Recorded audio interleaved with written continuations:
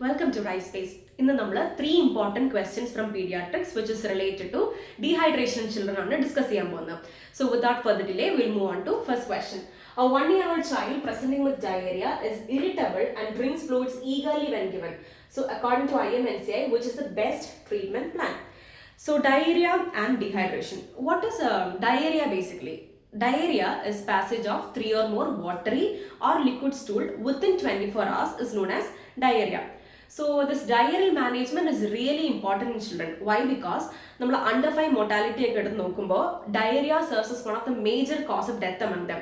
Okay, this diarrhea death main reason dehydration. That is a major amount of fluids and electrolyte loss in all diarrheal episodes. So dehydration and diarrheal management is really important.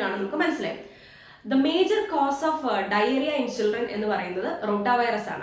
Okay, now we have a bacterial cause of the answer E. coli. Okay, so management is crucial. This management is severity basis. We categorize this categories basis management. Okay, so this is category child with no dehydration, some dehydration and severe dehydration. Okay, we have parameters. Parameters accordingly categorize. So general condition, the child is well alert, child is considered to have no dehydration.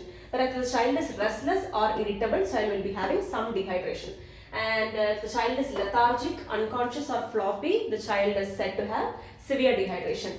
Eyes if it is normal, no dehydration, sunken, some dehydration, severe dehydration, the eyes will be very sunken. Thirst, child will be drinking normally. Some dehydration, child will be eagerly drinking, whereas in severe dehydration, child will not be able to drink. And skin pinch considering, it will be going back quickly in no dehydration.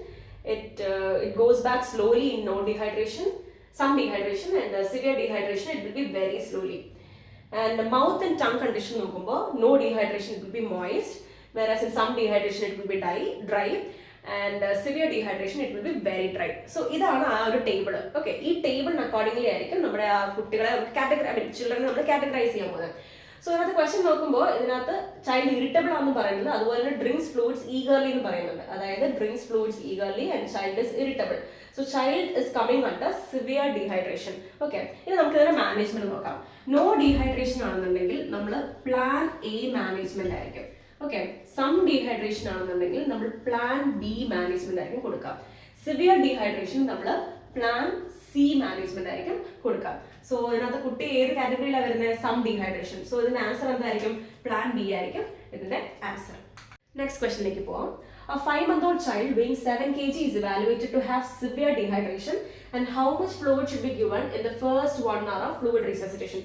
So question management. In the section no dehydration plan A, some dehydration plan B, and severe dehydration plan C. So we have question severe dehydration we idea. So plan A, which we used for no dehydration, in case children will be having less than 50 ml per kg of fluid loss. That's why home management is okay. And loose stool, that each loose stool ORS fluid replenish. That's the age according to if it is the child is less than 2 years of age, ORS amount is 50 to 100 ml. 2 to 10 years 100 to 200 ml. If it is more than 10 years, as much as fluid as they want, replenish. Moving on to plan B. Plan B we use in some dehydration. In some dehydration, the child will be experiencing 50 to 100 ml per kg fluid loss.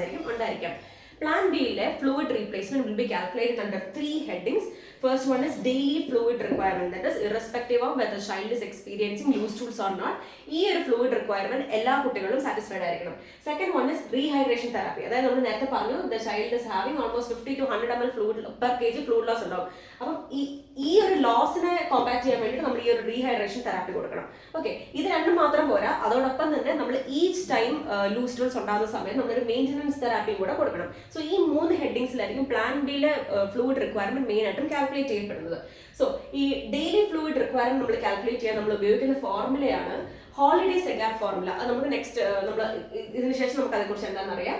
Next one is rehydration therapy. Rehydration തെറാപ്പിയിൽ നമ്മൾ 75 ml per kg over 4 hours ആണ് നമ്മൾ കൊടുക്കുന്നത്. It can be either orally or NG നമുക്ക് replace ചെയ്യാവുന്നതാണ്. Maintenance തെറാപ്പിയിൽ each loose ടൂൾസിലും അതായത് ആ ഓൺഗോയിങ് ലോസസിനെ കോമ്പാക്ട് ചെയ്യാൻ വേണ്ടിയിട്ട് നമ്മൾ 10 ml per kg ആയിരിക്കും ഫ്ലൂയിഡ് റീപ്ലേസ്മെന്റ് കൊടുക്കുക. As I told before, the daily fluid requirement of a child is calculated according to this holiday Segar formula. ഈ ഫോർമുലയിൽ എന്താ പറയുന്നത് നമുക്ക് നോക്കാം. ഓക്കെ, കുട്ടിയുടെ ഇനീഷ്യൽ വെയിറ്റ്, ഓക്കെ, കുട്ടിയുടെ വെയിറ്റ് 1 to 10 kg ഇടയിലാണ് വരുന്നെങ്കിൽ അവരുടെ fluid requirement 100 ml per kg ആയിരിക്കും. ഓക്കെ, അതല്ലാതെ 10 kg കഴിഞ്ഞു പോയിട്ടുണ്ടെങ്കിൽ if the weight is between 10 kg and 20 kg നമ്മൾ ഓരോ അഡീഷണൽ kgക്കും 50 ml per kg ആഡ് ചെയ്ത് കൊടുക്കണം.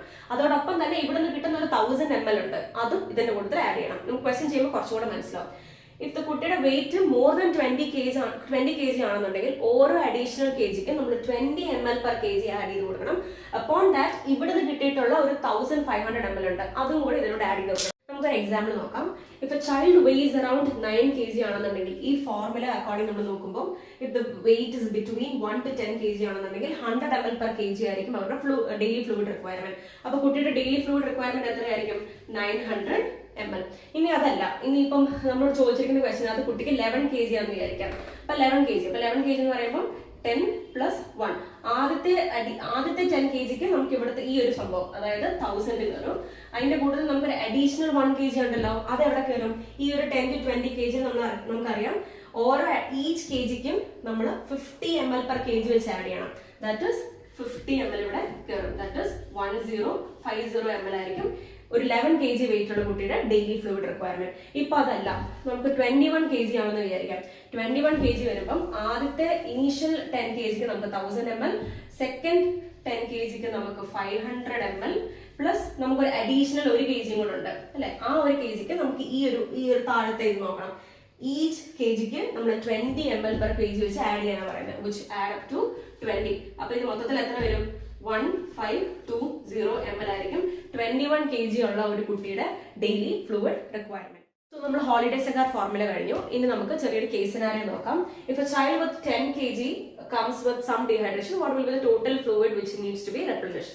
സോ ഞാൻ നേരത്തെ പറഞ്ഞ പോലെ സം ഡീഹൈഡ്രേഷൻ ആയിട്ട് കുട്ടി വരുമ്പോഴത്തേക്ക് നമ്മൾ 3 കാറ്റഗറീസിന് അണ്ടറിലാണ് ഫ്ലൂയിഡ് റിക്വയർമെന്റ് കാൽക്കുലേറ്റ് ചെയ്യുന്നത്. For a 10 kg child, what will be the daily fluid requirement? According to holiday Segar formula, 10 into 100 ml which is equal to 1000 ml ആയിരിക്കും ഇന്നത്തെ ഡെയിലി ഫ്ലൂയിഡ് റിക്വയർമെന്റ്. പ്ലസ് ഇവിടെ rehydration therapy നേരത്തെ പറഞ്ഞ പോലെ 50 to 100 ml per kg loss ഇവിടെ സംഭവിക്കുന്നുണ്ട്. അതുകൊണ്ട് തന്നെ നമ്മൾ 75 ml per kg അവിടെ റെപ്ലിനിഷ് ചെയ്ത് കൊടുക്കണം, which multiplies to 750 ml. Okay, ഇപ്പൊ കുട്ടിക്ക് ഇപ്പം ഒരു ലൂസ് ടൂൾ ആണ് ഉള്ളതെങ്കിൽ ആ ഒരു ലൂസ് ടൂളിനാണ് നമ്മൾ 10 ml per each loose tool നമ്മൾ കൊടുക്കണം, which add up to 10 ml. അപ്പോൾ മൊത്തത്തിൽ നമുക്ക് 1760 ml ആയിരിക്കും ഇതിനകത്ത് ഫ്ലൂയിഡ് നമ്മൾ എക്സ്ട്രാ കൊടുക്കേണ്ടത്. ആൻഡ് ഇതിപ്പോ അല്ലാതെ ഇപ്പം എല്ലാം ചോദിക്കാതെ ഇപ്പൊ നമ്മളോട് റീഹൈഡ്രേഷൻ തെറാപ്പിനെ കുറിച്ച് മാത്രമാണ് ചോദിക്കുന്നെങ്കിൽ ഇതായിരിക്കും ആൻസർ വരുന്നത്. ഇപ്പൊ അതല്ലാതെ ഡെയിലി ഫ്ലൂയിഡ് റിക്വയർമെന്റ് മാത്രമാണ് ചോദിക്കുന്നെങ്കിൽ ഇതായിരിക്കും 1000 ml ആയിരിക്കും ആൻസർ വരിക. ഓക്കെ, സോ അതായിരുന്നു ഇതിന്റെ ഒരു ചെറിയൊരു എക്സാമ്പിൾ. ഇനി നമുക്ക് സിവിയർ ഡീഹൈഡ്രേഷനിൽ എന്തായിരിക്കും മാനേജ്മെന്റ് എന്ന് നോക്കാം. സോ നെക്സ്റ്റ് നമുക്ക് സിവിയർ ഡീഹൈഡ്രേഷൻ മാനേജ്മെന്റ് ആയ പ്ലാൻസി എങ്ങനെയാണെന്ന് നോക്കാം. സിവിയർ ഡീഹൈഡ്രേഷൻ സംഭവിക്കുന്ന സമയത്ത് there will be a loss of more than 100 ml per kg fluid loss ആയിരിക്കും കുട്ടികൾക്ക് ഉണ്ടാവുക. ഓക്കെ, അപ്പൊ നമ്മൾ റിപ്ലനിഷ് ചെയ്യേണ്ട എമൗണ്ടും almost like 100 ml per kg ആണ് നമ്മൾ കുട്ടികൾക്ക് റിപ്ലനിഷ് ചെയ്യേണ്ട എമൗണ്ടും. അപ്പൊ ഈ 100 ml per kg നെ നമ്മൾ രണ്ടായിട്ട് ഡിവൈഡ് ചെയ്യാം. That is 30 ml per kg and 70 ml per kg.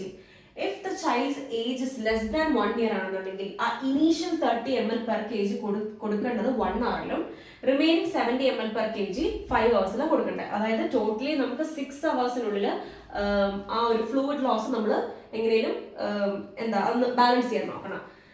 If the child's age is more than 1 year ആണെന്നുണ്ടെങ്കിൽ 30 ml per kg ഇനീഷ്യൽ 30 minutesലായിരിക്കും കൊടുക്കേണ്ടത്. ബാക്കിയുള്ളത് 70 ml per kg remaining 2.5 hours നമ്മൾ കൊടുത്തു തീർക്കേണ്ടത്. അതായത് ഇവിടെ നമ്മൾ 3 hours കൊടുത്തു തീർക്കണം. ആ ഒരു ഫ്ലൂയിഡ് റീപ്ലേസ്മെന്റ് 3 hours കംപ്ലീറ്റ് ചെയ്യണം. സോ അതാണ് ഈ പ്ലാൻ സിയിൽ വരുന്നത്. അപ്പൊ നമ്മളോട് ഇവിടെ ക്വസ്റ്റ്യൻ ചോദിക്കാൻ നമുക്ക് മനസ്സിലാവും.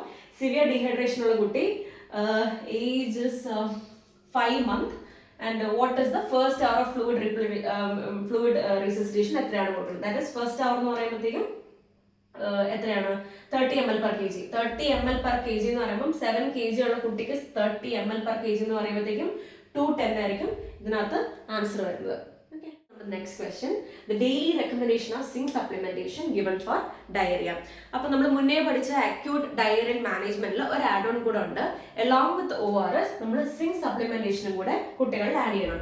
അത് ഇങ്ങനെയാണ് ഓർത്തിരിക്കേണ്ടത്. Less than 6 months of age ആണെന്നുണ്ടെങ്കിൽ zinc to be added is 10 mg.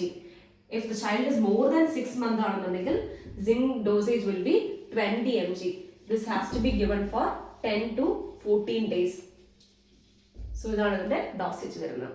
So that was about today's class. Thank you so much.